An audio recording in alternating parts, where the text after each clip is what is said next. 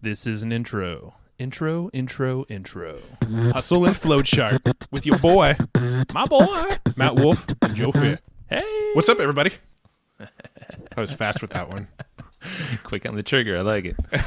What's up, y'all? Joe was giving me the evilest laugh when I went, "What's up, everyone?" He went, it was like a Darth Vader laugh. Well, if you want to know why, we're not going to explain it right now. Go to Gina's episode that was released prior to this one, most likely. But don't go there yet. Just bookmark it. And if you haven't listened to it, you'll know the story of why today, that evil laugh happened. We're talking about party diapers.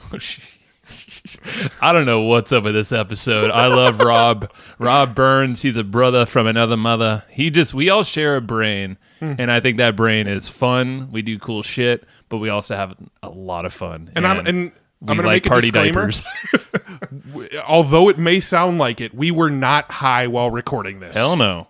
I've just had coffee and Mexican food and water. I had rolled tacos and water all day. That's all I've had. I'm sure Rob had the same. Yeah. And he literally went to high school like down the street from where we all grew up in the same school district. So dude's a San Diego born, I was going to say born legend. He's a fucking legend. Sure. Hell yeah. Rob, you're a legend. Remember that. And remember, this whole episode, Rob, is going to be on repeat all the time. Yeah. We're talking This is about Rob's new alarm clock. it's like Groundhog Day. But yeah, man, it's this episode. So Rob's just a total badass with video. Really, actually, not even just video. It's attention, it's copy, and persuasion. Yeah. And he's now encapsulated that into these videos that he does at Video Telepathy, his company, and they're just badass videos, but they're different and they convert a lot higher. Well, I was thinking about titling this episode, so this may be the title, it may not be, but I was thinking about titling it VSLs Suck, Do This Instead. Ooh, I bet Rob would like that. Yeah. Because basically what Rob's teaching us is he's breaking down a formula for making online sales videos, but not the typical VSL method that you're used to. Like, he's actually going and filming with people with faces on cameras and microphones and drones and like doing crazy ninja shit to get like professional polished looking videos like you'd see in like an infomercial or a TV commercial. He's doing that with online e-commerce brands, and we also dig in a little bit about how you can implement it if you don't have an e-commerce brand.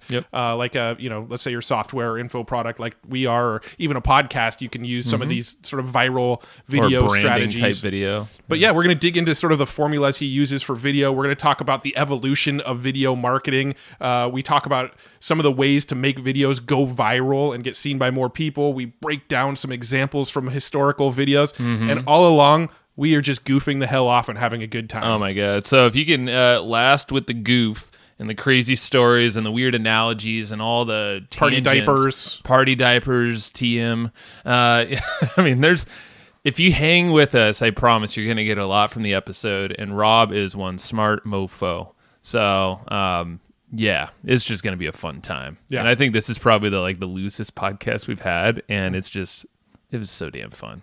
So I hope you have as much fun as we did, because we were legitimately, like, at one time, I think I was crying, laughing. That's not a joke. I forget where it was, but we went all over. We also talked about Wim Hof and some interesting people that he studies from. He's actually studied with Wim Hof. If you don't know him, just Google him or ice. Go to YouTube and you'll check out how crazy it is. Rob basically studies under that guy and does that. So if you could just imagine, if you can succumb yourself in your mind to these weird, interesting things, that just shows you how much of a badass you could be. That is Robert. Yes. So, my wife was just texting me, and the last text I saw was help with an A-H-A. So it was H-A-L-L-L-L-L-P. And then I looked at it, and she's like, "What do you want for dinner?" Oh, jeez. So, that's like a false flag. I mean, that's like bad. Like, help! I mean, that's like, go help.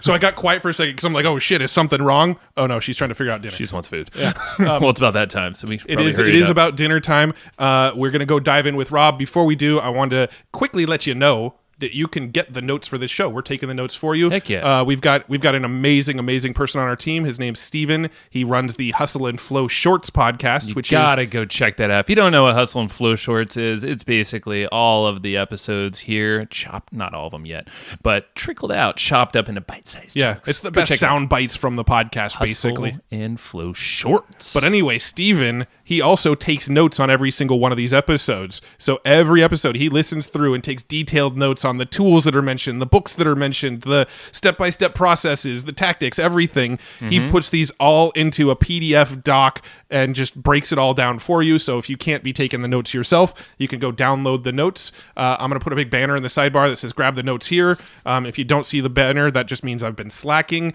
Go to the actual show notes page and a little slide in will slide up. And do I get if it's not live by then, am I allowed to do what Rob did on Fiverr? Yeah, you can hire somebody on Fiverr to punch their boyfriend. No. You. Oh no. No, you can't. Fisticuffs are coming out. Okay. Get that banner up there, boy. All right, we'll have a banner in the sidebar that says grab the notes here. The thing about these notes is we're making them available for a limited time. So when this episode goes live, they'll be available for like roughly a week from the date that this episode goes live. Make sure you grab them in that time window or they go away. It's worth it. Go check them out. And they're free.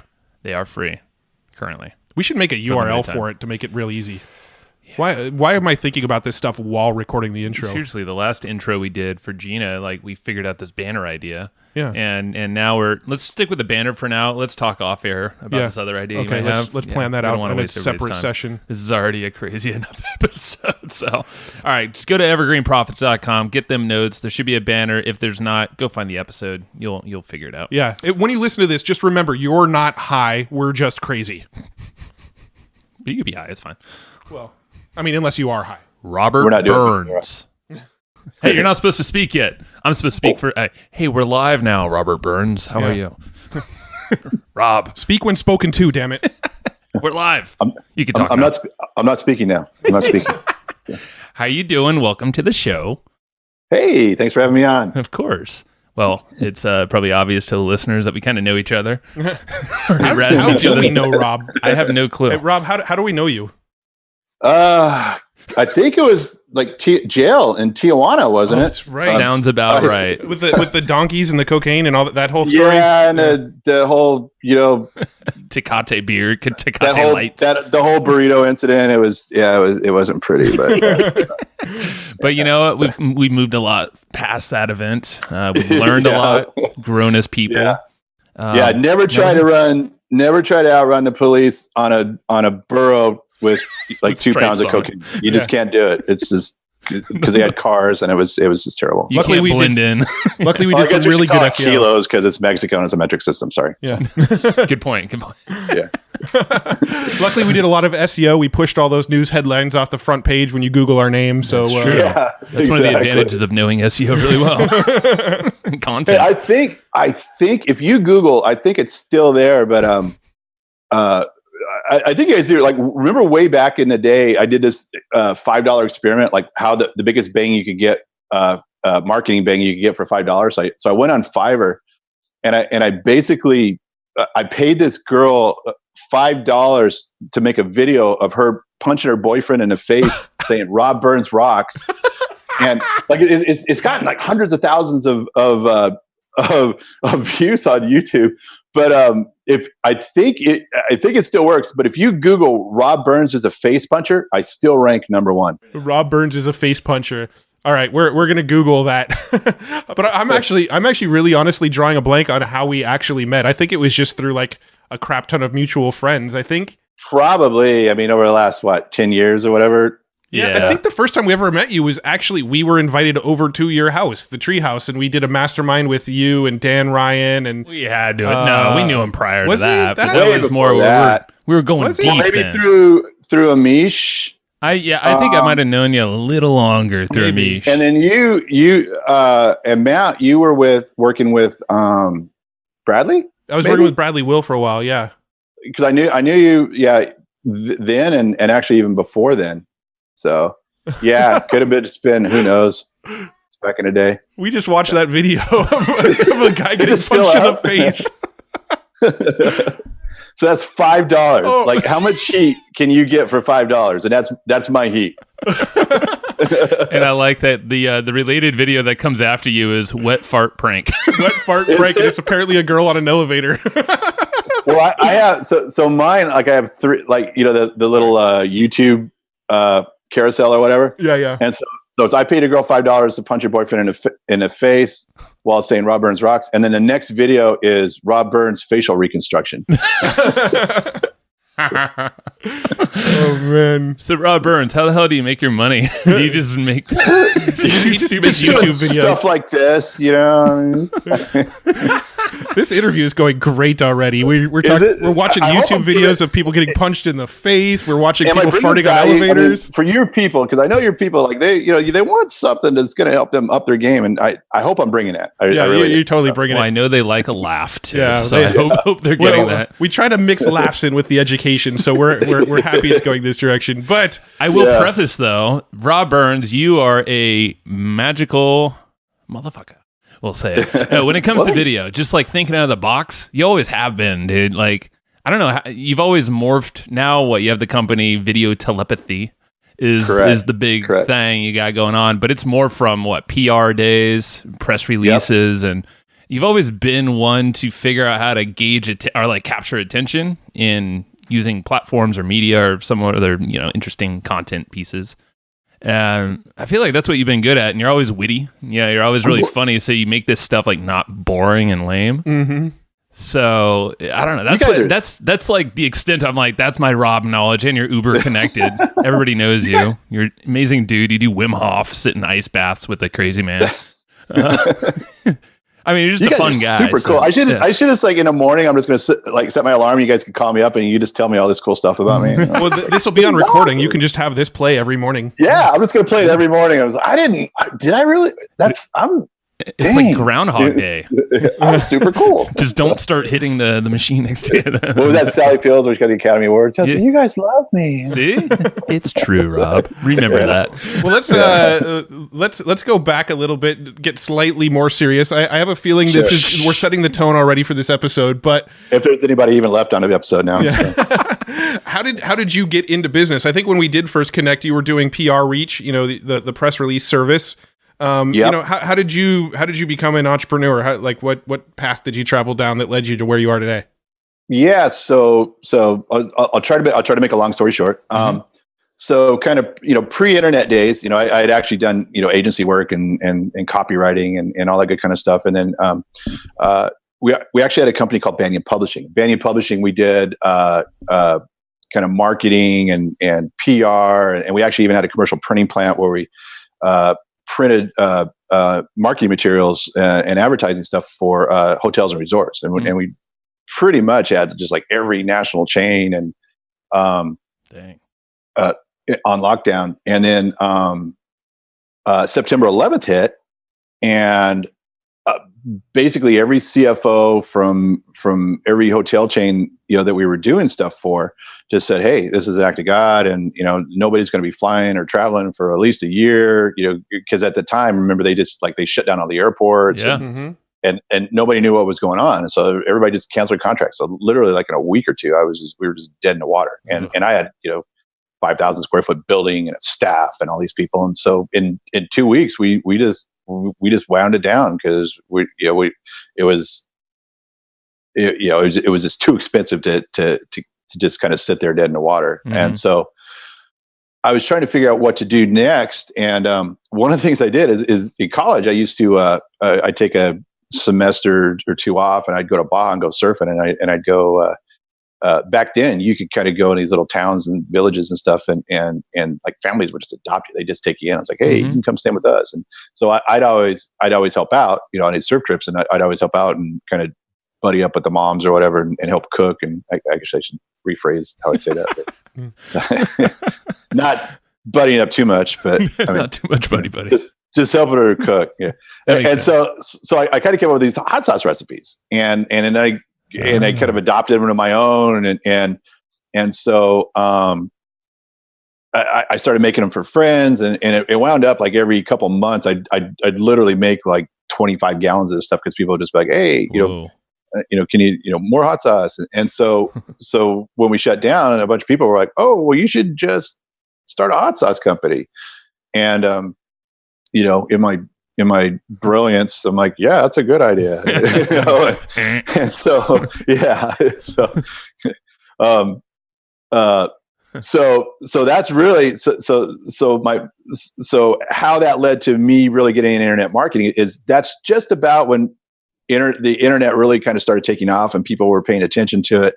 and even with Banyan Publishing, we had started to do things like websites and things like that. But it was so long ago that literally there wasn't really payment processing like we knew it, and there weren't even shopping carts or anything like that. So people, and I decided, well, let's try selling this online because this whole new internet thing is kind of cool. And what I did is I would do I had 3 different kinds of hot sauces, so I would mix and match, and I would just sell them by the case. So you get like 4 different bottles of each and sell it by the case. And so I started to sell it online, and it was so long ago that there wasn't payment processing and there weren't like shopping carts or anything. So people would literally, it was just like when you bought stuff in the back of a comic book or a magazine, people would mail us checks in, and then we would mail out the hot sauce when they bought it online. And that's the very first, so my very first online stuff was actually an e-com biz, and that was pretty OG. Yeah. And and then we evolved, and I wound up getting really good as far as ranking stuff on our business. So I was ranking like #1 for the keyword hot sauce and all that good kind of stuff. And so I wound up selling that business. And when I sold the business, a bunch of people that were also kind of migrating towards internet stuff were like, hey, can you, what you did for your hot sauce business, can you do that for us? And that's really how I kind of evolved into that. And so I kind of took what I knew from all the agency stuff, and then, learn, kind of the new techniques, and just kind of rebranded it. And you think about it, like a lot of these, a lot of, and I know I'm going to get on my soapbox here, but that's all right. A lot of the old school gurus and all these guys that are teaching all this new stuff, and it seriously, it's super, super old school. Like the copywriting, all of that stuff is just old school pre-internet, day stuff that's just been kind of, had a new coat of paint on it and rebranded it, and sure. Even like copywriting stuff. I mean, if think of the big name people that teach copywriting, and I'm not going to say any names, and they learned it from Dan Kennedy, and then Dan Eugene Kennedy Schwartz actually kind of got stuff from Ogilvy, and so that so I just basically took the old school stuff I knew and just repurposed it, and then moved it on to the internet, and then that's kind of how I've been ever since. And then I just taking it from there. That's cool. And what, that morphed to the PR pretty close after that? I did a lot of, I was kind of like kind of behind the scenes, Swiss Army knife guy, where I would just do a little bit of everything, and I was just doing it for the bigger guys, and because I didn't really care about being a guru. I just like doing this stuff kind of thing. And so I would partner up with somebody, and I would be the guy that, that did the copywriting, or I would be the guy that did the, SEO and copywriting have probably been my 2 biggest strengths. Yeah. So I did a lot of that for the longest time, but it really was kind of not really a business model. It was kind of more of a hustle where I just do a hamster wheel if you don't have a mechanism to drive you. Yeah. And you'd load up on a bunch of money, and then, you're off to your next partnership or project or whatever. And so I wanted to start doing things of my own. And I think the very first thing I did is I launched a link building service, because I was doing a lot of SEO stuff. And then I got back into PR because I looked at, what is, what's out. I was looking for businesses that were, had maybe been around for a while, but were ready for something that was kind of disruptive. And I looked at PR, and I didn't look at it good enough, obviously, but I mean, because it's something that's it's really press releases are really pretty much the same as they've been for 100 years. Except for they just put them online, and that's really. And so I thought, well, I'm going to add, I'm going to change, the technology, and I'm just going to add all this new stuff and add social media and social sharing and video and actually, created the world's first video press release service. And so you'd have like a spokesperson that would actually, read the press release. And I didn't try to make it like fake news, which is kind of a fluid term now these days. Yeah. But I didn't try to convince somebody like it's real news from a news station. It was just, it was like a video or a video press release kind of thing. And it was a spokesperson reading a press release. And, but what I didn't, really look into is like, how big is that market and how receptive are the people that are in that market? And, actually the PR market's really small, and the people that really kind of do things in the PR market are super, super old school, and they're anti-technology. So it was just kind of like, so launched the PR business, and it was actually, it did pretty well, but it wasn't going to get to where I wanted it to be. Like it could have been a good living and I could have been happy. But one of the things that kind of came from the PR business were all these other e-commerce people that I knew from back in the day. And they were saying, well, hey, you're doing these video press releases. I can't really find anybody to do these product videos for us. And I know you know how to, write for conversion, and you know how to, do video, and as could you do a product video for us? And so I just started doing them on the side, and so then I really did do a lot of market research, and I think just in the U.S., I think e-commerce is $67 billion industry, something like that. Huge, and so I really, I really did kind of do my due diligence on that, and said, there's a huge market, and there's just not many people that are doing it, and they're not doing it at something where it's affordable to somebody that just has an e-commerce platform. I mean, so like they're selling on Amazon or Shopify, they're not going to pay $30,000 to $300,000 for a video. They're going to, they might pay $1,000 or $500. And so what we did is we figured out how to streamline that. And we figured out, what are all the things, and all the components. And I just hit up basically every big person that I knew that had e-commerce platforms or was teaching e-commerce, and said, what do you guys wish you had? And, what's working for you? And then I built a platform and integrated all that stuff in there. So like now, we can, we have like product demo videos that are,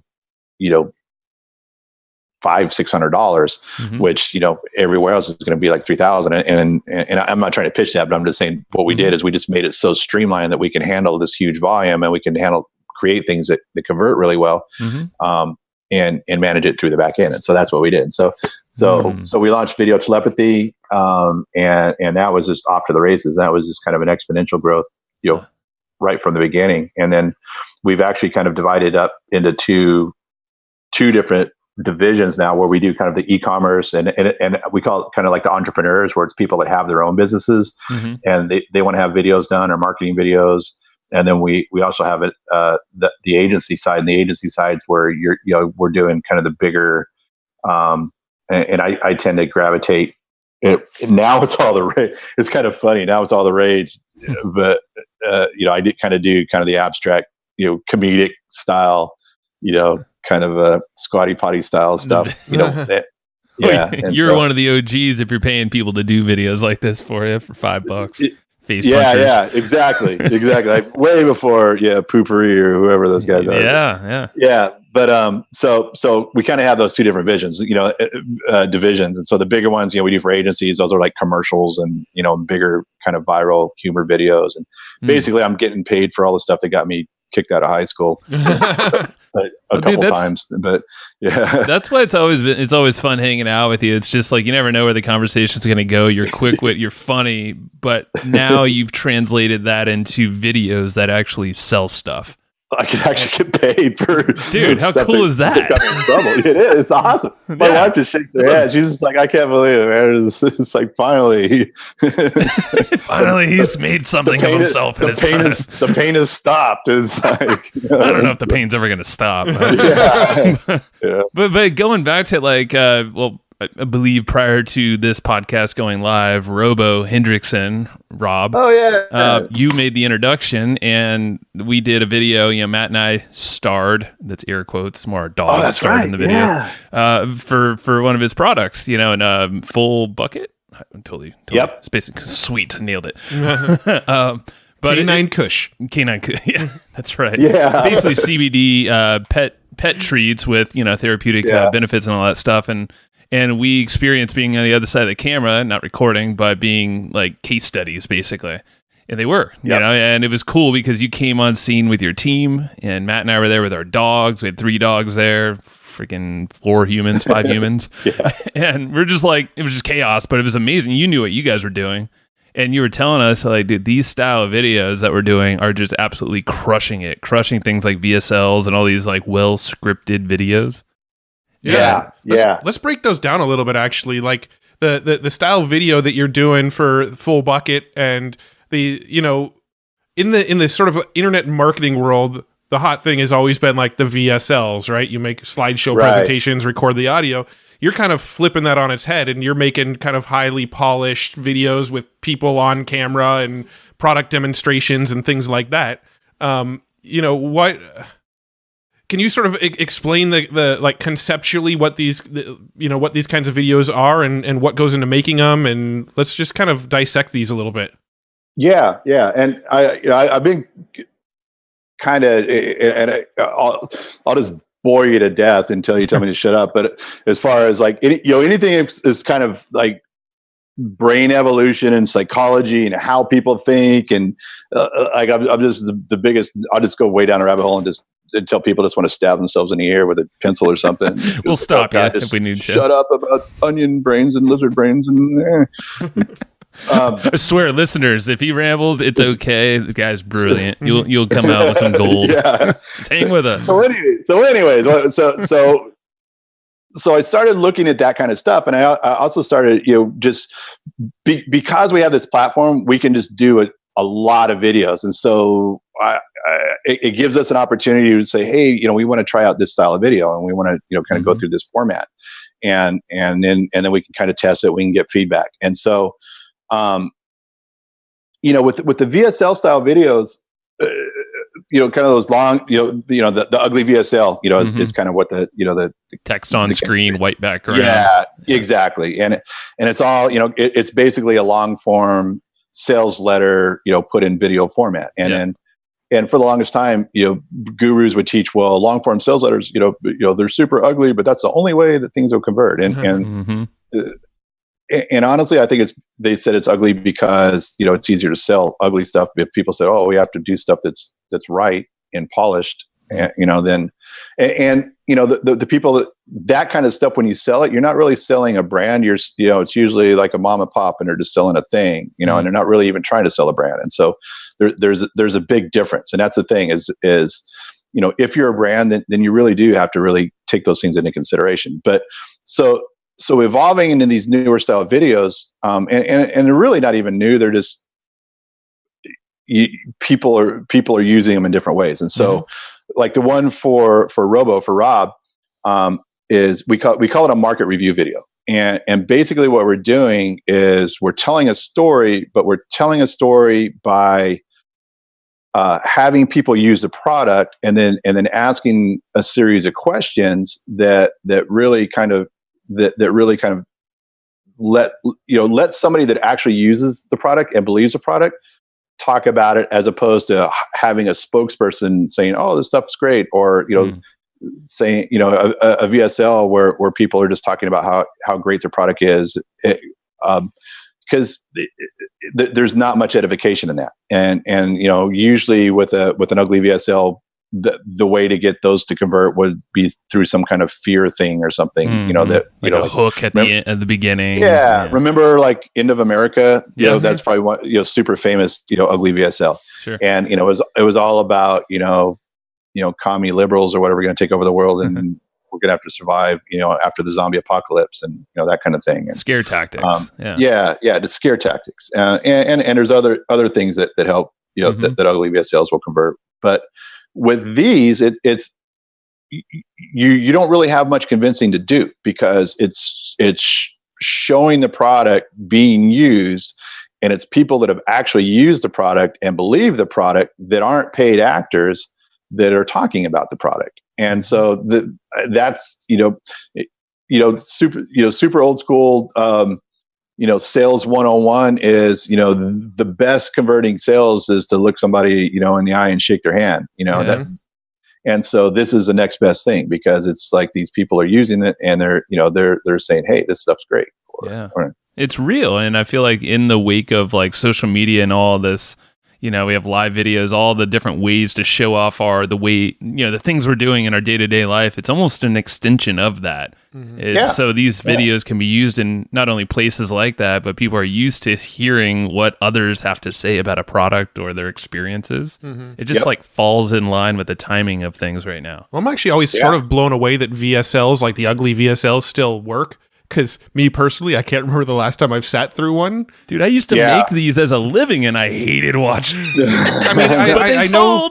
I know there's an element of like, you're not your market, and I get that, but still, like when I land on other people's VSLs, I still don't watch them. So I mean, I'm other people's market, and I still don't watch your VSL. True. Yeah. But it kind of sucks for me, because like, every TV show, I'm deconstructing the copywriting, and every like commercial that I look at, I'm going, okay, here's what's going to happen next. And you go to the movies, like the first 5 minutes, I'm like, okay, here's what's going to happen in this movie. It's like because it's all this kind of formula. And that's kind of what the challenge is with the VSL, is that, or that kind of VSL is where you're not your market. So those people weren't exposed to those things as much as we were in general on the internet, but now they are a lot more. And the other thing is too, and it's kind of going down that that whole how the brain works rabbit hole thing, is like we're really like in the last year and a half, 2 years, like people have just really changed just like how they view things and what their attention span is, and all that's completely changed. Like we've noticed. So when we first started rolling out with video telepathy like 2 years ago, the videos that converted the most for us we had these spokesperson videos where it was almost like a QVC show, and it was like, hey, I just discovered this new face cream and it's super awesome, and those still convert pretty well, and those were like 3 to 5 minute videos, and we didn't try to be like fake, whatever. It was just it was just like it would be on QVC, whereas and so those were really great. And we noticed like they just started dropping off. Like people would just drop off sooner and sooner and sooner and sooner on these different kinds of videos. And we started looking into things. And one is like our attention span has just changed like in 2 years. So I was reading a study that they did this study in the 80s, and the average American attention span was measured in minutes. And then they did one, I think it was 2017. It was Microsoft did this huge study. The average American attention span went to 19 seconds. Jesus. And then they just recently did another one. They did a couple series, and I think it was now the average American attention span is 8 seconds. And to put that into perspective, a goldfish's attention span is 9. So so where these longer format things that unless they're just super engaging, and there's a reason, to stay into that, then most people are just, they just want something quick and fast, and they want their information, and they want to make basically they want to make a connection very, very fast. Whereas, this whole warm up thing and getting led through, people just don't have time. And then even you think about it, I mean, this is going to date me, but my job when I was a kid was to stand behind the TV set with tinfoil on the rabbit ears and do these crazy yoga poses until, this TV screen that was, 8 inches by 8 inches, and, with, it was basically just white snow, and you could barely see, kind of forms of people, and it only had 3 channels. My job was just to kind of stand there 24/7 and rearrange these antennas until like the family could see the TV, and that was my job. So old, Rob. No, I'm just kidding. Yeah, I've done that before. I had a TV like that when I was growing up. It had a little analog knob that you turn to change the channel. We've been there. My dad and family's throwing popcorn at me and hurry up, son. Come on. And now, like you have all these different modalities, and there was only 3 channels. So, and it was amazing. Like you were just like, wow, this is crazy. This is so cool. And now, I mean, there's literally just hundreds of different ways that you can, take in that same kind of information, and they're all competing for each other. And so they're all, just that much more sophisticated on getting your attention. So and we're just kind of in social media. So the average person looks at their smartphone 168 times a day. 168 times, because they're just like, like, how many times have you gone to dinner like with friends and one, somebody's just sitting there and all they ever do is like, they're looking at their phone and they're talking to you, and all of a sudden they pick up their phone, and I'm just, I hate it. And because we're just getting trained that way. So, as far as, so what we look at when we do videos now is, how do we capitalize that, and how do we make, the biggest connection, the fastest, and get our message across, and that's really what our big goal is. And so we kind of gravitate towards doing things that are a little bit different than what everybody else would do, just because it's a pattern interrupt, and making connections and having real people talk about real things is just huge. It's real. Yeah. We do a different kind of video, kind of just a demo video, where it just shows the product being used, and it's really designed to put the viewer in place of, they're imagining themselves using this product, and those are 30, 45 seconds. Yeah, and those convert way better than the 3 to 5 minute videos used to convert. And so it changes, and in 2 years from now, it's probably going to be something completely different. Probably. Yeah. It's interesting. A lot of this stuff is fairly unique to video too, because in the podcasting space, we're kind of always got our finger on the pulse of what's going on in the podcasting world. And they say like a Facebook Live video, the average person watches about 6% of a Facebook Live. 6 to 7 or something like that. Yeah. And then on average, a podcast, an audio podcast, people will listen to typically like 60 to 80% of a podcast episode. So it's interesting that like one medium people have almost no attention span for, but another medium they're willing to, spend even longer with. Mm-hmm. Yeah. It's strange. It's yeah, I don't know what to make it. And obviously we still need, we need all these other modalities too. I don't know if we need, but they help, further whatever we're trying to do. Yeah. And podcasting is one modality, video is another modality. And if you're optimizing the experience in each one of these formats, because even podcasts, you can totally dive on the engagement if your show sucks or it's too long. Yeah. Or blah, blah, blah. I mean, nobody's hearing this. They all dropped off within the first 4 minutes. Oh yeah, it was like, oh my god, no, I'm just kidding. Is this for real, or do they just accidentally just post this up? And just like, we're not even recording right now, so you're just humoring me. Thanks for making me feel special. As long as it's benefiting you, we're happy. It's all good. Interesting, like, you were mentioning like back in the day, you only had like 3 channels. I was listening to another podcast recently, and they were talking about how like Johnny Carson just had like this insane viewership, like just massive viewership. Every time there was a Johnny Carson show, it would like anybody who went on that show was famous overnight by just being a guest.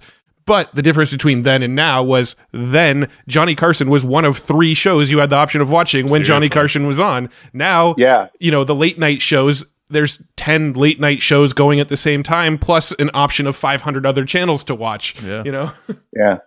Well, it's the inverse too, because it's back then, what was on TV really molded and had an effect on society. Yeah. And now it's the opposite, and it's not even TV. I mean, most of the, things like Netflix and Amazon and HBO, they all their online stuff actually has a larger viewership than TV. But now, society really molds what people are trying to present, as far as shows and entertainment. Like, and it didn't used to be that way, because they were captive audiences. I mean, it's like a feedback loop now.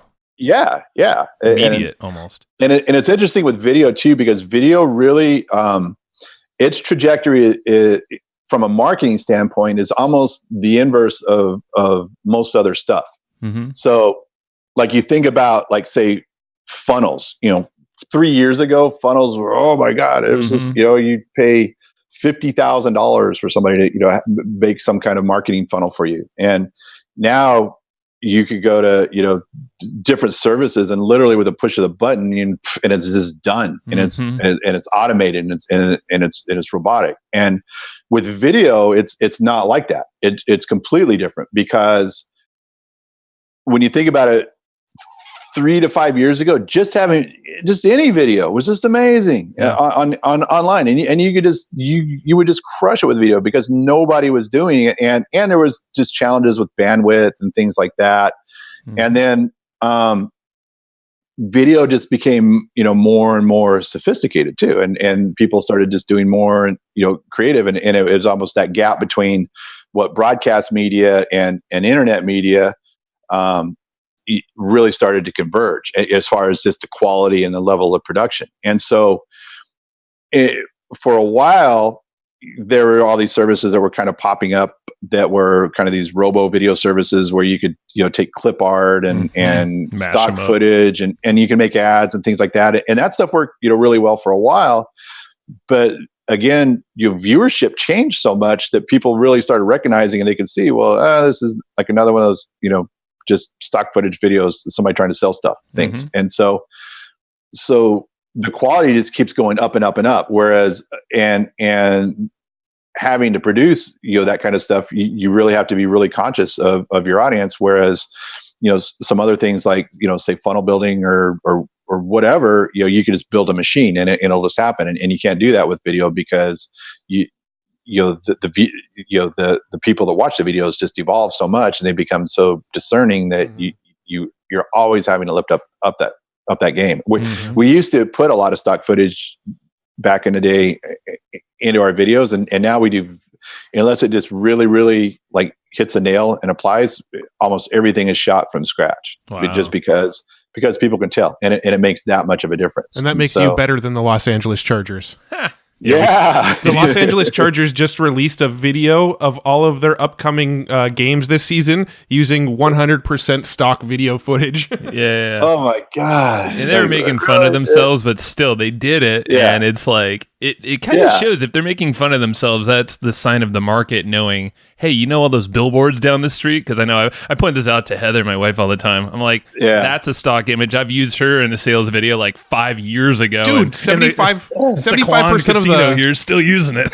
Dude, 75% of the pharmaceutical videos that you see online for like Xelgens and Ziplify and fucking Cialis and all that shit, it's all just stock videos that they mash together and then put their voice over. Because if you ever watch it, it has nothing to do with the pill they're selling. And even if it isn't, it should be, because it's just, you're just like, oh, kill me. It's like, I just hate to be that, like, the dude in the ED commercials or something. Yeah, you go submit a stock video, and next thing you know, you see yourself on TV in an ED commercial, and then everybody's blowing up my Facebook like, Joe, I didn't know you had this. I'm sorry, bro.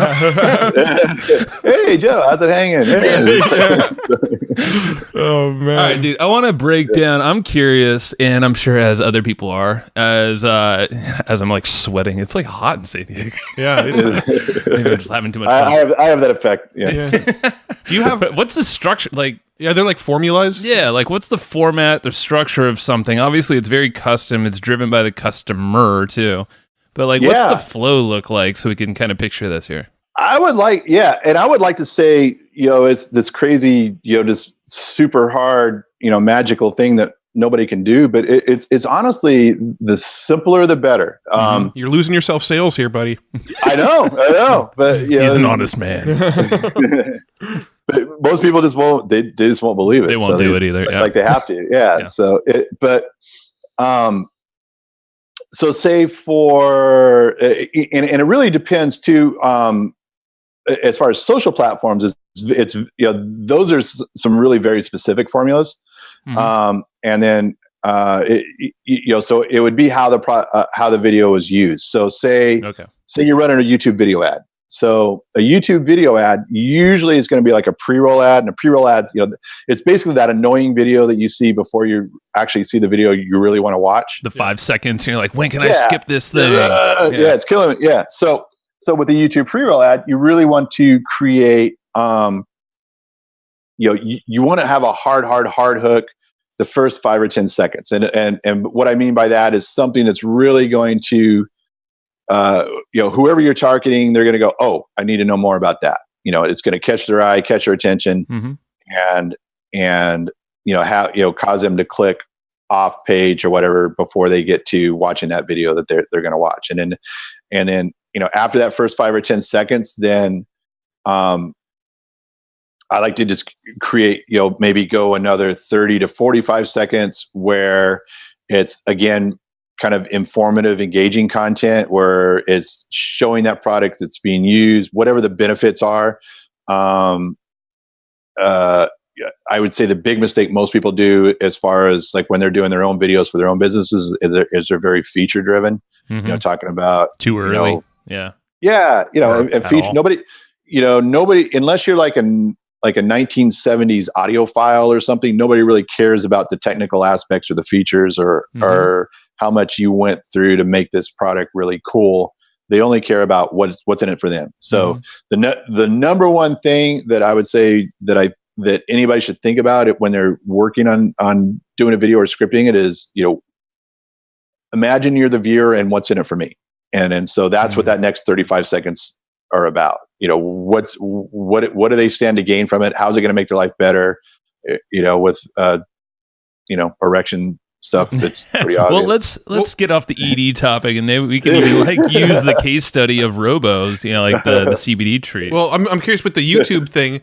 Like if it's a YouTube pre-roll ad, are you doing anything to try to grab the attention like real quick right off the bat? Or yeah, we'll do a lot of really cool imagery, things like that. We were doing one for it was a picnic backpack. So we did like the first 5 or 10 seconds, we just did like this whole collage. Like we did one where it was like just kind of a time lapse where all the stuff in the backpack just came out and you're like, oh my God, look at all this cool stuff. And there's like wine bottle holders and glass holders and and it all did, like in the first 5. So it was just kind of this weird thing that just kind of caught your eye.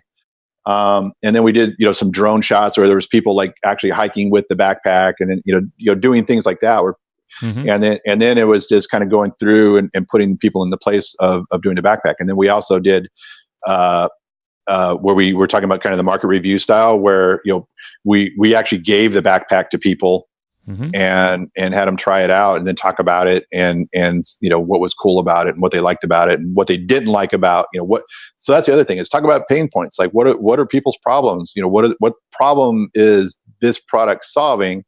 And then how can, the product that you're presenting fix that problem? Those are, it's huge. That's a huge, as far as video concerns. Again, and this is all like old school stuff that probably most people listening are like, yeah, I know, but no, this is good though. And you're honest and you're taking what's been proven, but you're molding it to this media type here. Yeah. The timing of the market. Yeah. It's almost like pulling pieces of what really works with like infomercials on TV and just leveraging them as online videos. Yeah. So, and infomercials, are brilliant at doing that kind of thing. And, they're a little more hypey and they're a little more, because, a lot of the infomercials, they're running an hour or whatever, however long sometimes. So they're really trying to compete to keep your attention. So they're always trying to do these things that are just, sucking you in. And I think you said you're going to have Ron Lynch on for, Ron, he's like the grandmaster, that kind of stuff. Yeah. And he's, and he evolves a lot too. He evolves a lot. He has evolved quite a bit as far as like some of the stuff he's doing, more of the agency stuff where, it's more, it's a little less obvious, what's going on, but it, still has that same effect. Sure. So that's like the grabber in the beginning. And then you have the benefits, you're laying all that stuff. And then, so what's the length of like, if we're talking about a YouTube video, I guess after, like, is there a desired length for a YouTube video after you get past the whole skip part, the pre-rolls? Yeah. I keep it under a minute. Okay. Somewhere around 6. Most of the stuff that I do for social media, Facebook ads, unless it's a story or like a comedic commercial type thing, I'll keep that under a minute, and Instagram definitely, because you want to, Instagram is 59 seconds or less as far as if you're running a sponsored ad. So, and Instagram is one where you just want to grab their attention. It's almost like the whole video is a hook, and you're trying to, so whatever, kind of weird, quirky thing you could do with your product that's just kind of a pattern interrupt, or, like there was this one good one. This guy had like, it was like a one of those thermos glasses that you couldn't knock over, like you'd put on a table. And so, he was just like whacking the glass and it wouldn't fall over. And like all these people would try to knock it over. And it was just mesmerizing, to watch it. It's not as mesmerizing to listen to it on a podcast, but if you actually saw it, you'd be like, oh my God, that's great. So I'm curious. Yeah. Cause that makes sense. All the grabbing, like all these things that are like, have the imagery and the wow factor. It makes it kind of, it's like, we used to say this when we were a content marketing agency, on Facebook videos would be like the scroll stopper. Like, what's the scroll stopper that we could do that catches their eye? Yeah. And it's not just imagery for the sake of imagery. Like, you really have to have a purpose. Like, if you're doing something that's kind of weird, that's kind of going to interrupt, whatever their little thinking pattern is, or whatever they were doing, to stop and see what what you have for them. It has to have a purpose. So that, that's the one thing too, is I do see a lot of people where they try to do that, where they try to create something engaging, but there's no real kind of purpose or story or linearity behind it. And then it's just like, they're just trying to be cool. Yeah. A good example is, do you know Chris Stoikos? No. So Chris Stoikos started the Dollar Beard Club.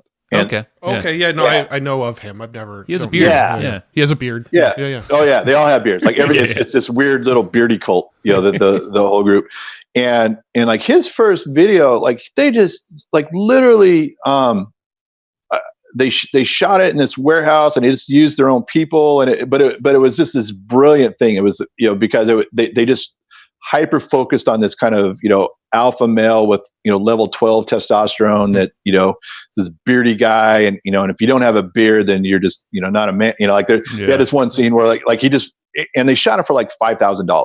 Wow. And yeah, it was, and it was just brilliant. And it went crazy, like on YouTube. They posted on YouTube, and he had no funnel. He didn't have an email list. They didn't have, all the traditional whiz gimmickry. Like they didn't have any of that. They were just selling it off of this one video on YouTube, and they were doing like $1.2 million a month. Damn. Yeah. No, I actually subscribed to Dollar Beard Club for a while, because I mean, I do agree, if you don't have a beard, you're not a man.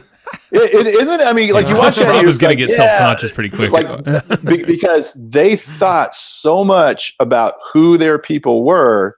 And just, I mean, they just drilled down and just nailed it. Like, if you're that guy, you're that guy. And the other thing is, if you're not, they were very good at, like, 90-year-old grandmothers would hate it. Oh, yeah. And they're just like, this guy's an asshole, or, what. They repel people. Yeah. They know who their market is, and like, screw the rest. Like, don't need them. Yeah. Like, don't. So, I mean, I guess that's like a big key to like what worked for them, was they spoke directly to who they wanted to buy, and they actually they kind of spoke to who they didn't want to buy too, repelling those people away. Yeah.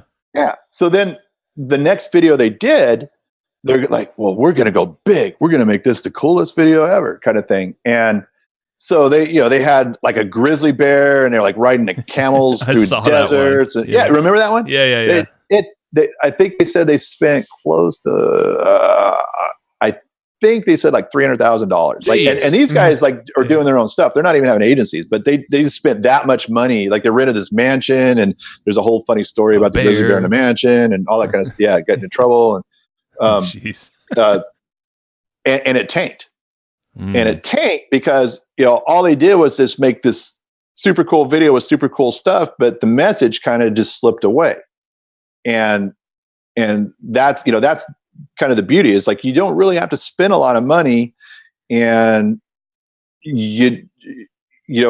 and sometimes when you spend a ton of money just to make something just really kind of cool and funny and creative, if you do it just for that and you miss the message, then it's just, you just might as well just smoke $300,000. I mean, seriously. So just for like a real quick, like easy, like, which would be kind of image. Cool. It would be kind of cool, yeah. $300,000. I don't know. I can think of a lot better things to do with that $300,000, but sure. Yeah, there's a lot better uses of it. Yeah. So what would you say are like the elements that kind of any video designed to sell something should have these elements at the very least? Even digital products too, because I was going to ask that. Yeah, that was going to be kind of the next line of questioning. Okay. Got it. Cool. Yeah. Get their attention. Really, really, really understand the audience who you're speaking to and speak their language.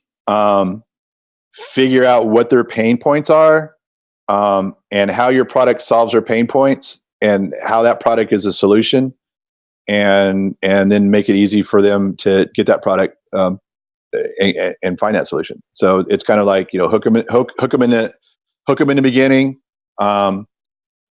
It's really just super simple 3-part. Hook them in the beginning, kind of, run them through that story and have them put themselves in the place of the person using it, talking to all their pain. And, it's kind of Bill Clinton, I feel your pain kind of thing. And then at the end, then it's, call to action. Yeah. And you're basically doing this with actual on-camera video. These aren't like slide presentation, screen share type things. These are people talking into the camera. These are drone shots. These are interviews, B-roll. Testimonials, B-roll, all that kind of stuff, right? Yeah, testimonials are amazing, and that's most of my clients don't, because on our platform they can actually send us video and stuff, and we'll integrate it in there for free.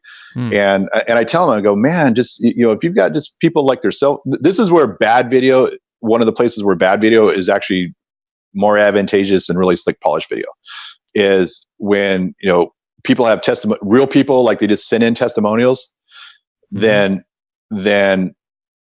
those are just like gold, and just tack those on the end of your video, because then it's just more and more edification. It's more and more like, we're all kind of tribal people, and up until a few hundred years ago, we the way we figured out things were good or bad and things were safe or not were through other people and their experiences, and we're pretty much hardwired for that. And so that's why just having testimonials is like that is just so great at the end to convert. And that's something I would say. Yeah.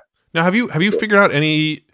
I know we've had some phone calls about this kind of thing in the past. Have you figured out any sort of elements that make a video like funny or go viral or get people wanting to share them? I mean, have you figured out, like, I know there's people out there that claim that there's like sort of formulaic ways to make videos go viral. I don't know if I necessarily believe that, but I'm curious, what's your take on it? Like, are there any things that you found that when we do it in this way, they have a better chance of going viral? Yeah, I would say any video that I wanted to go viral, like I never think about it going viral as a purpose, because if you do, then it will almost 100% not go viral. So, one of the exceptions to, as far as doing like a shorter video versus a longer video, are humor. And that's why I was saying, like, when I do some of the agency stuff, and I tend to go towards humor, because you can go longer and you can tell stories. So when you use humor, you're not using humor for humor's sake. You're using humor as a tool, and you're using it to get points across and to educate people. And so I would say, absurdity is probably the best, so it's basically kind of, whatever message you're going to, you're putting across, then, you kind of want to have something that, from a humor standpoint, that's the inverse of whatever that point is. So, well, absurdity, like if you're thinking Dollar Shave Club, they kind of did that. They basically, it was like a totally absurd video, but they walked you through kind of this whole journey. They took you along a journey, but it was absurd the entire time. But it was also like, oh, this guy's got a really good point. Yeah. When I think of absurdity, I also think of like the Old Spice commercials where they're riding like a 6-legged horse and shit like that. Yeah. Yeah. Or even like you were saying, the Chargers commercial, where they're using they're deliberately using really bad stock footage, to make a point. And so that's the thing, is like doing funny for just being funny is not it rarely works. But if you have kind of a process that we would use is we'll literally say, okay, what is the goal for this product? And then we'll have a bunch of people like, and we'll just sit around and we'll just write skits for each section, but then we'll connect the dots for those skits, and then how does it actually relate to the product? So each little skit's got to relate, like what is that point, and how does that happen, kind of thing. So and how often are these little like brainstorm sessions where you're trying to come up with funny stuff fueled by outside substances? Quite often. In the writer's room, you're like, that helps, yeah. So lock yourself in there and anything goes. Well, yeah. So I'm. You don't have to answer and that question. Most of them are legal now in California. So yeah, I know. You're like, it's legal, damn it. I was talking about alcohol. Clearly, of course, that's legal. Yeah, yeah. So I'm curious. We were talking about VSLs, all that stuff, and we've been talking about kind of like shorter videos here in client, case study stuff. Is a VSL, like if we were or someone were to take this approach and apply it to replace a VSL, would you recommend it still being a shorter video or just elongate pretty much the same formula you laid out here? I would probably test it, honestly. It depends on the product, because usually for a VSL it's like a non-physical product. Yeah. So you have to spend more time convincing. I'm assuming. Mm-hmm. Where it's like, oh, I need eye cream, or oh, my, whatever. True. Kind of thing. Yeah. Where a VSL, a big reason why they were so long is because you're convincing somebody that they need something that they didn't know they needed, kind of thing. Right. So, I think you can go shorter on a VSL if you do it visually, because it's almost like there's that saying, a picture is worth 1,000 words. A video is worth 1,000,000. Yeah. So you can put more in. So, because basically those long form VSLs were really just audio files with text supported by text. Yeah. So if you can do that visually, you can condense down a lot of that stuff. You can tell a story. So what I would probably do is I would probably do some kind of a funny, like, sitcom style story where it's like a parody of a sitcom for something, but you're telling the story, but you're also you're going over the pain points and convincing somebody that they need something that they didn't know they needed, as far as a physical product or things like that. So no, I think it's true. And you said the whole story thing, you said that like numerous times there. Perry Belcher, we were hearing him talk just recently, and he used to have this big old 23-point checklist for his copy. And he said now he's like, dude, I just go straight up into story mode. It's all story, and like it's not selling, it's just taking them on a journey. But then the very end is like, I think you said it's under 100 words or maybe even less for the call to action, actually telling someone to go, about the product specifically and why they need it. But everything prior to that was story. Yeah. Perry's really good at that. I mean, and he's just, because he's a good old country boy, and he's just good at telling stories. So So how would you translate? This is kind of sort of a similar question to what Joe just asked, but I'm curious how you would translate this to like a, so we promote a lot of info products and a lot of software products, and a lot of them have that old school VSL. And obviously, like you were just saying, those VSLs, they need to be a little bit longer because you need to sort of educate them a little more on why they need this. So how would you translate some of your concepts to something like a software or something like a info product? Okay, you know what? Because this podcast will probably be out after we launch this, so I'll go ahead and talk about it now. So for us internally, we're working on kind of this internal marketing project. And our on the agency side, our superpower is we're really not for everybody. And we're, our message is we're not for everybody, but for those people that are really kind of, well, everybody's, bobbing, we're weaving kind of thing. That's not like a porn thing, but, so we're actually creating this video that's kind of a parody on a physical product. So we're doing party diapers. So that's And I feel like this was a joke that you brought up randomly years ago, and now you're making it a thing. And now it's a reality.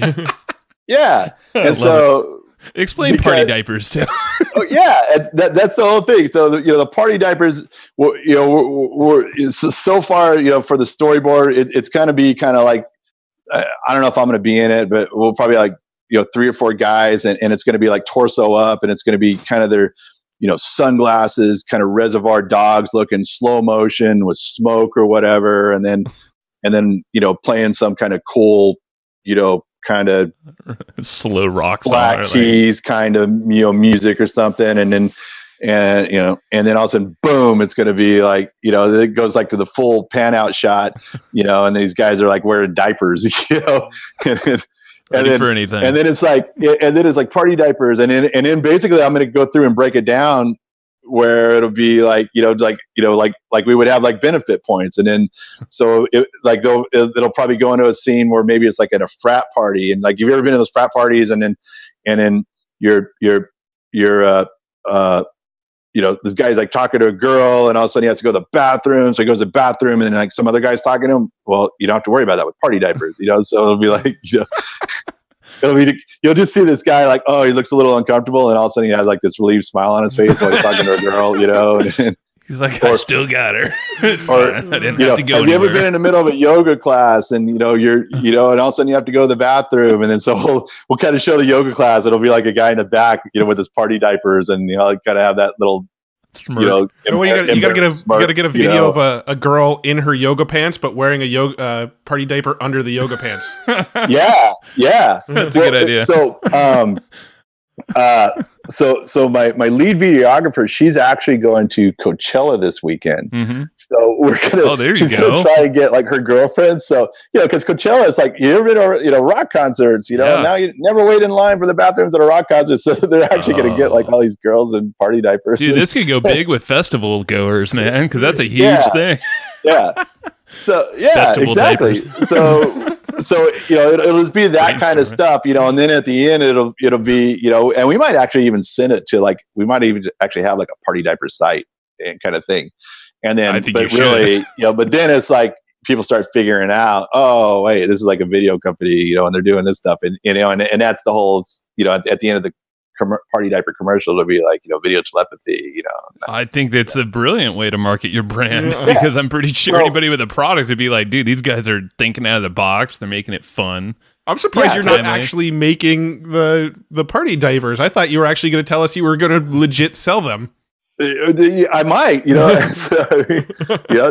another one was we were thinking about maybe doing like a burrito koozie. So we talked about that one in the past too. I remember that idea coming up in a mastermind. And then there's a couple other we can't really talk about on the show, but I remember some other words that I remember there was like a very niche bib. Because and it really is who we are. Because if you're some super stuffy traditional agency that's doing like SDG&E electric commercials or pharmaceutical stuff. We're not going to be those people, and we're probably going to be the people that that if in the when we're in the middle of a pitch, and they we're just going to tell them to fuck off because we're going to do whatever we want, kind of thing. And so as far as like info products and software and that kind of thing, is basically like maybe this isn't the best style video for those types of products. This is kind of more suited for like e-com type stuff. No. I think you can totally use it. I mean, and that's why I was saying like what we just did, is an example of, we're not an e-com company. We don't, and we don't sell it. I see what you're saying. You're saying, okay, so like you can use this kind of video to drum up more awareness and get people over to your business. Totally. Yeah. So, for us, our message is, we're a little bit outside the box. We're a little bit odd.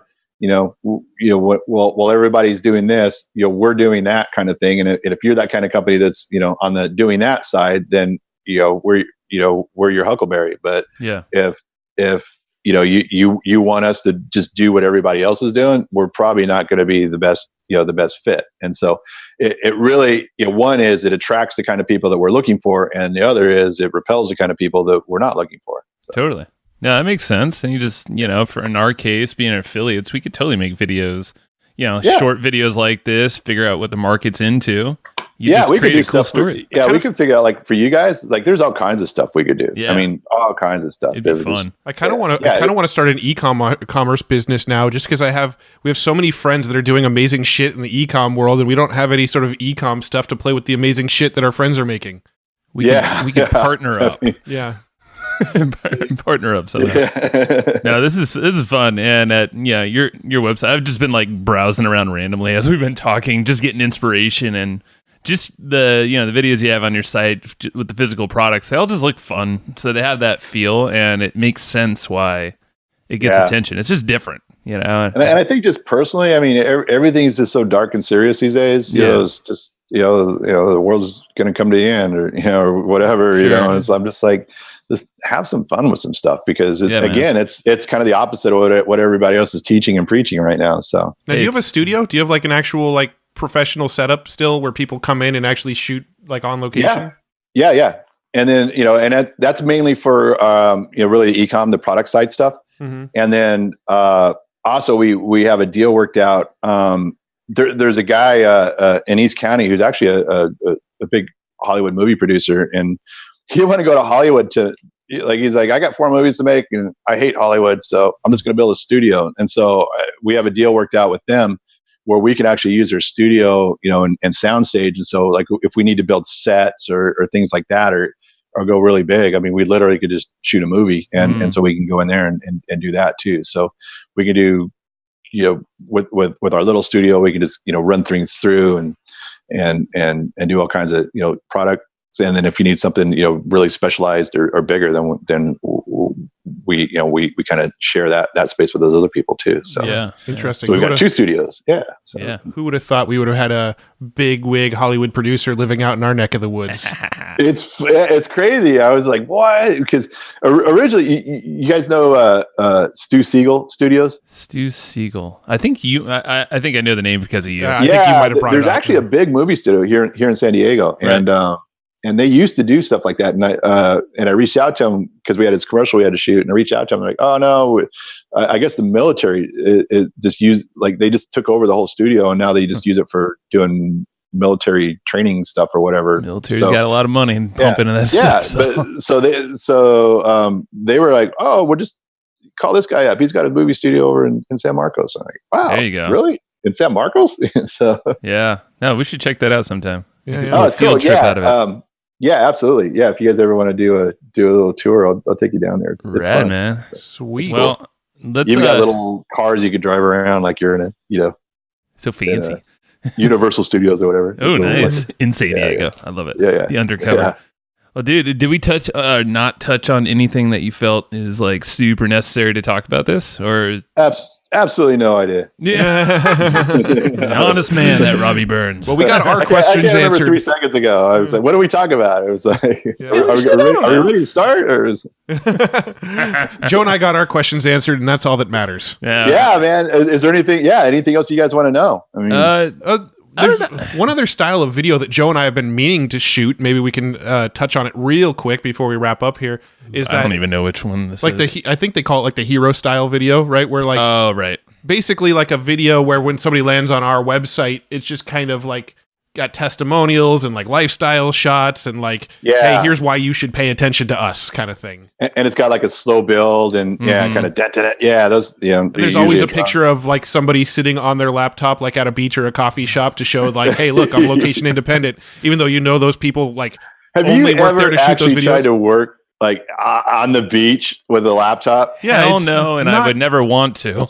I brought a laptop to a beach before. It's dumb. Like, oh my God. That is the stupidest thing. Whenever I see, and I know some of our friends have done it, I'm sorry, but that was a stupid shot. Honestly, you're not it's working like on they're the just beach. targeting stupid people demographics. It's like if somebody's dumb enough to think like it's actually okay and fun to sit at the beach and work on your laptop, then I want that idiot. So yeah. Well, James Schramko actually has like a meme image that I've seen going around, and he said like success is going to the beach and not having a laptop. Yeah. Exactly. I mean, that's the thing. I mean, really, Shrammy's a smart dude. Yeah, he is. He's probably listening too. So yeah. What's up, Shram? Yeah. So yeah. So you owe me some money, Shrammy. So whoa, wait now. I'm not getting in the middle of that. Yeah. I'm not the middleman. A surfboard. He's been riding shortboards lately, though, like little skateboards on the water. That's right. No, but that's the hero. I want to make videos of us just like mocking all the hero stuff, and it's like, this is why you should listen to us, and we're just like watching Rob Burns' video of the girl punching the guy in the face. You do a video of us at the beach, but we're sitting too close to the water. You drop the laptop in the water by accident. Like, crap! There's so much sand in this thing. It's like every time I hit the keyboard, it's like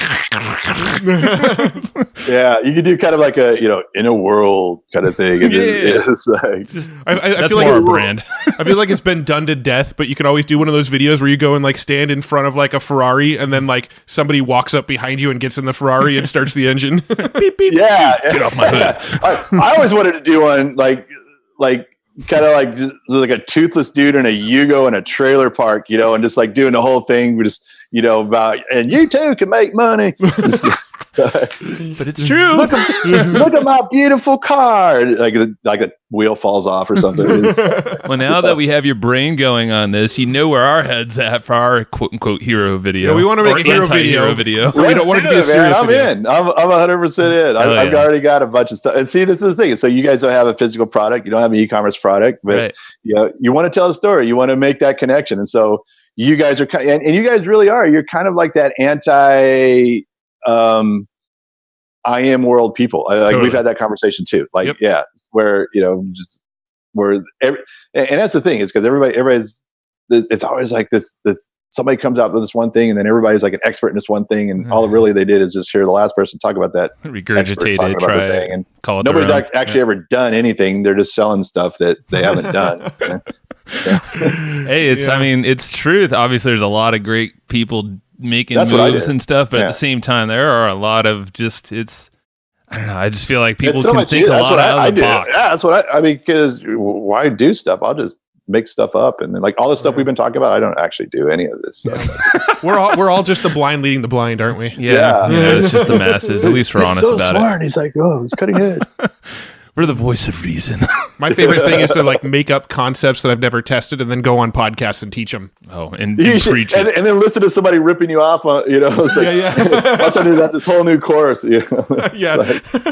We're talking about that, like trolling, like, hey, I wish someone, we were talking to someone about like how LinkedIn, there's some scams or whatever for make money at home things. I'm like, I wish one of the listeners actually go and like troll whatever company does that. Just see what happens. Yeah. Yeah. Just waste their time. Absolutely. Yeah. And like videos like that are the type of video that'll get shared around if we put them out there. Yeah. Oh yeah. Because it's real. I'm in, man. Let's do a whole series. Sweet. All right, man. We'll make this big. Super cool. Going big. Are there are you a big reader lately? Yeah, as opposed to before. Well, it's weird. I've asked this question before. I've been like, hey, what sort of books do you recommend often? What are you reading right now? And I've definitely had people go, yeah, I don't really read. Oh my God. Okay. Off the top of my head, I've actually kind of gotten a little bit away from as far as like, the marketing stuff and, no, it doesn't. We read like none of that. So yeah. I'm trying to think of it. What was the name of his book? Describe it. We might have heard this British dude named Ross Edgley. Mm-hmm. And he just did the great, it's crazy guy. So he's like, this guy's just a monster. He's just huge, but he literally just swam around, Great Britain. He swam he was literally in the water for 6 months, except for when he climbed on the boat, and it's called The World's Fittest Book. And so he's done all this crazy stuff, and I found him because he does Wim Hof stuff.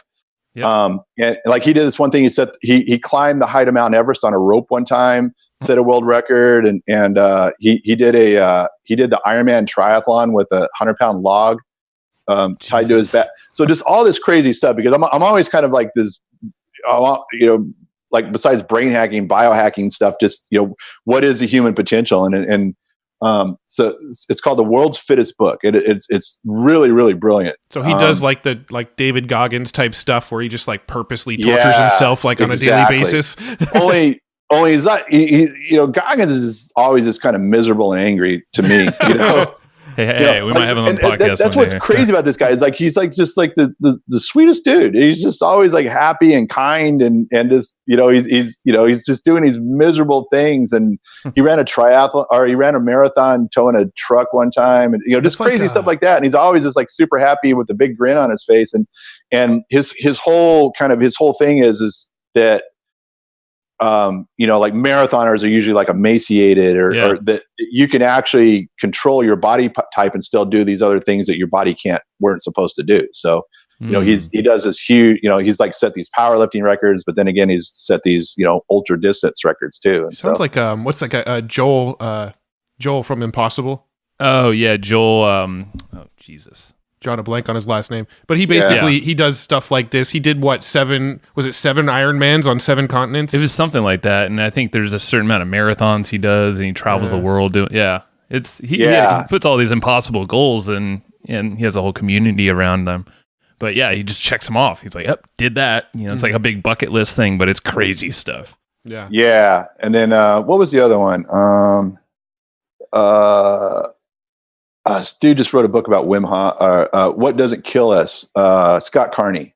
And it was basically this whole, he's kind of like a fitness debunker guy. And all these, kind of fitness gurus, and they'll say, well, you can do this. And he'll go out and test it and kind of shut them down. And so he did that for Wim Hof. And if anybody doesn't know Wim Hof, he's like this just literally just batshit crazy Dutch dude that's just a genius and it's freaking amazing.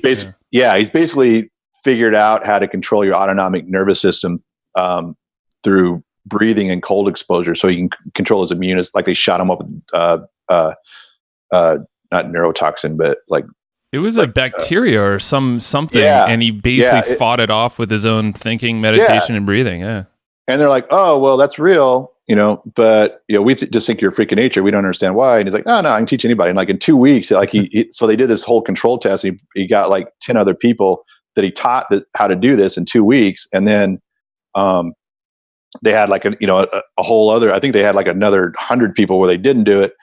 And the control group and like all the other people just like, they just barely broke a fever, and these other people were just like, they're just miserable. I can attest to Wim Hof. It worked. He went to the death zone in Everest in his tennis shoes and shorts. Set a world record at Mount Kilimanjaro like in 36 hours. It's usually a 4-day climb, and like he brought like a 67-year-old cancer patient with him that he taught how to do this, and they were all wearing like shorts and t-shirts and tennis shoes, where everybody else was wearing like space suits and oxygen and all this other stuff and taking 4 days. They did the whole thing in 36 hours, and. So anyways, Scott Carney basically went and lived with Wim Hof, and he was actually one of the guys that set the record, and just talks about what he did. It's pretty amazing, and so that's called What Doesn't Kill Us. It looks like What Doesn't Kill Us. Yeah. Now, are there just since over the years there's I'm sure there's some like business or marketing book or something that's had a big impact. Is there any that you can think of off the top of your head that like maybe is in the business world? Let me think. Was it Subtle Art of Not Giving a Fuck? But everybody reads that. So I've literally never read that book. Let me see here. Let me think. You don't need to do that. Oh, might get trademarked anyway. Yeah, that's a little bit of pressure. Yeah, you're just making him more anxious about it. Let me see here. I read a lot of stuff on Joseph Campbell. Oh, okay. Yeah, so like the hero's journey kind of stuff. Yeah, because really like every movie, every kind of copywriting, so there's the anything that really kind of breaks down Joseph Campbell or any of his stuff. That's pretty good. He has I have one of his Cal books. Newport, So Good They Can't Ignore You. Why? That's kind of a good one. It's kind of how skills trump. It's basically Blake Snyder wrote this book. He's kind of a Hollywood screenwriter. It's called Save the Cat, and it's basically kind of taking the Joseph Campbell stuff and how it translates over to writing commercials or movies or TV shows. Cool. I mean that's plenty unless you have more that you want to give. I'm just trying to think. Yeah. I have one of the Joseph Campbell books, but I've actually kind of struggled to get through it. I think it's called The Hero of a Thousand Faces or something. I'm so bad with like that's my. It's like I have this photographic memory, but like I can't remember names. I'm the same way, man. Like literally, like when we cross the border and people like the border guy's like, "What's your name?" And I'm like, and I start confessing to stuff I haven't even done anything, and I'm just like, "What?" You know? It's like, "Oh no, there's drugs in my." What's your name? I swear I don't have weed on me. I didn't say you did. That's not your name.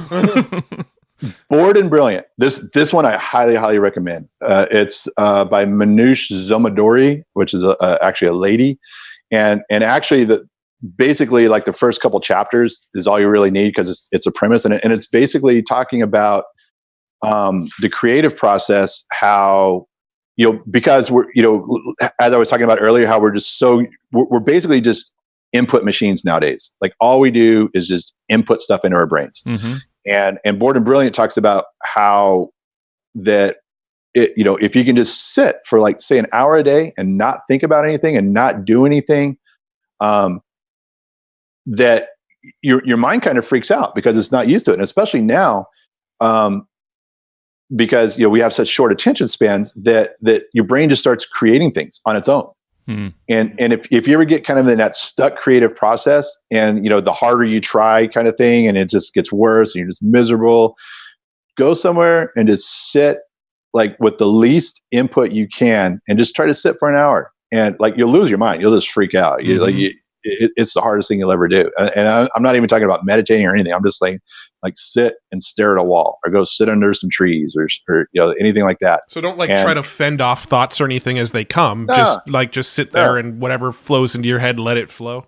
Yeah, but just have as little input as possible, and your brain just freaks out, and then all of a sudden, like that thing that makes your brain creative and comes up with ideas and stuff, it'll just like go off the Richter scale, and it's actually pretty cool and it's pretty amazing. It's miserable for that hour, and I've actually gone for like days and done it. Like I've gone up and just sat in a cabin for like 3 days and done nothing. Whoa.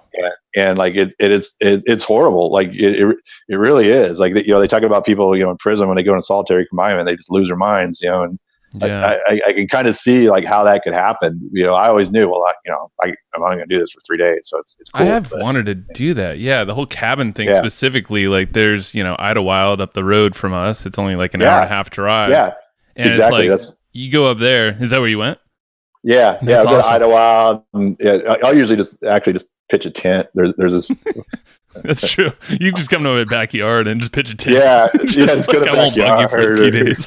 Wherever, but I love go that to idea. like Borrego Springs and camp out there if it's not too hot. Or I like the desert. Yeah, but I love that. Just leave the tech, ideally, and then just let your mind go and just freaking. What would you allow yourself paper and pencil like to write down thoughts, or literally like nothing? Usually, like the first day or two, no, and then towards the end, because you just really want to do that really bad because you want to get it out. You want to just kind of get it out, but give yourself like a little, I would say half of the whatever time period that you're doing things, don't do that because it just makes your brain fight that much more and want to create that much more. So that's a really, really good book. Cool. I already added it to my cart. By Manoush Zomodori. Sweet. Which is Thank you. Yeah, we're gonna link them all up, of course, in the show notes here for everybody. So last question: where do you want people to go after listening to this episode? Dun dun dun. Oh, knock that off. In-N-Out Burger. That's In-N-Out Burger. That's not Shake Shack. Yeah, we went to Shake Shack yesterday for the first time, and I'd actually. How was it? I saw that. The burger was good. Different than In-N-Out. Yeah, the burger was good. Yeah. I had a stomach ache afterwards, so that's saying something. And the employee that worked with us was interesting, but that's a whole story for a different time. Yeah, cool. Yeah. Or if you don't want to go to In-N-Out Burger, and if you're looking for videos, then videotelepathy.com is always kind of a cool place to check out. So. Videotelepathy. Yeah, just go to In-N-Out Burger. Yeah. Unless you're on the East Coast, then you're just fucked. Get an In-N-Out Burger and then go to Video Telepathy. But what if they're listening and they're like on the East Coast, or they're in Australia, or they're in the UK or something? Then for a burger? Yeah, In-N-Out's not over there. Well, Rob will mail you a burger if you sign up for Video Telepathy. Well, if it's like London, then it's I think it's like chicken tikka masala or whatever. So there you go. I didn't go to my site. Find the So equivalent. is chicken masala the equivalent of In-N-Out in London? I don't know if that. I think so. It's the most popular food in the UK, and food, yeah. it was not invented in India. It was actually invented in London. I mean, I do remember on the British Airways flight I took from San Diego to London, tikka masala was offered on there very prominently. Yeah. So I think you're right. Just like almost all the Mexican food we eat here in the U.S. is actually American food. Yeah, California. Oh burritos. yeah. Like Taco Bell is not Mexican. It's what? Yeah. I'm sorry. But it's funny because right next to the. What's that? I remember eating at it. Speaking of just London and British food, I remember the first time I ate at a British pub, it was actually for breakfast. And I'm like, what's good? And the girl's like, well, would you like some bangers and mash? And I was like, well, I'm actually currently seeing somebody, but thank you. That's your first impression of the UK or London. I was like, these people are friendly. I like it. Very open around here. On that note, go to Video Telepathy and you'll talk to Rob there and his team. They're amazing. If you just want to have a good time, just call Rob. Oh, man. Exactly. But seriously, though, Rob's the shit. And yeah, just check it out. There's a lot of amazing stuff there. And yeah, use this stuff. There's a lot of great things here. And Rob, this has been fun. I don't know what the hell this is going to be like. The listeners think. We had a good time, though. Are we going to start now? Or Yeah, I actually did forget to hit record. I know. No. Thank God. No, I think there's a lot of value and entertainment all dropped into one episode, which is the formula for a perfect podcast. That's what people tell us that they love. Yay. So we're going to get I just did the video formula for your podcast right there. True day. All right, I Rob. didn't even know what's happening. Thank you, brother. Thank you, All brother. right, guys. Thank you. Thank you for having me on. Yeah, man. See ya. All right. See ya. Thanks, everybody, for listening to this episode of the Hustle and Flowchart podcast. For taking the time to listen, we want to give you something a little bit special. Every single episode that we do, we actually have somebody on our team take notes. We basically have a Cliff's Notes version of every episode where you can go and find all of the tips and tactics that they laid out, all of the resources that they laid out, all the good stuff from this episode. We actually have a nice simple notes version that you can find on our website. So go to evergreenprofits.com, find this episode that you just listened to, and give us your email address and we'll send you the notes. Thanks for listening.